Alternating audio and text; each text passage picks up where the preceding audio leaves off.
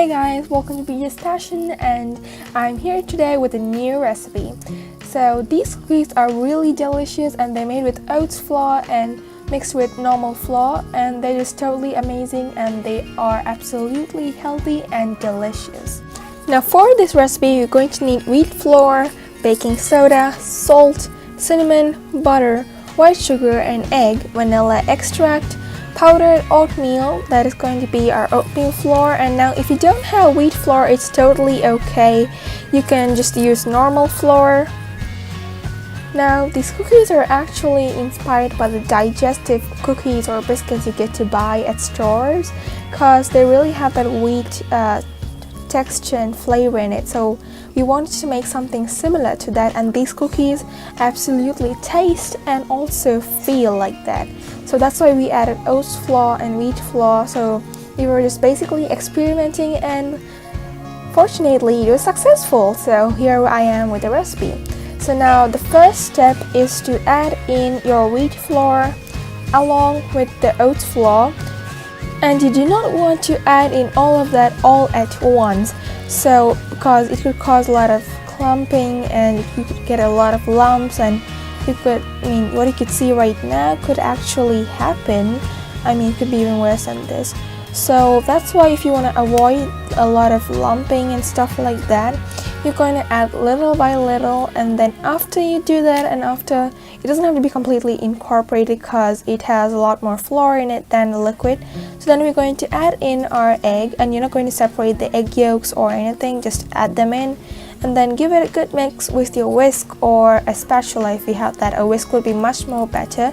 And make sure that you don't use a beater to mix this, because you don't want it to be beaten up, and you actually want it to get a good rough cookie texture. So that's why you're doing this. And after you do that, you're gonna add in the vanilla extract. Oh my god, I forgot to say, you might be wondering what are the measurements for all of these ingredients. Actually, it's there in the description, so if you want to know the ingredients and the measurements, you just have to go to the description and check it out. Now at this point, you have to switch to a spatula, and you have to just fold all of the ingredients together until you get that consistency of the cookie dough. Now these cookies are actually contain wheat flour and oats flour, as I mentioned before, so it's a bit different from the normal cookies like chocolate cookies and all we make.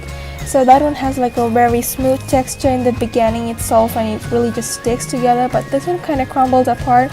But it's totally fine, just add some butter to it, because the more butter the better, but just don't add too much because it removes the healthiness of the cookies. So yeah. Now what you're gonna do is take an ice cream scooper, if you have one, and just scoop out the dough and place them on the baking tray with parchment paper and flatten them a bit, because you don't want to flatten them completely because they actually spread out and flatten themselves.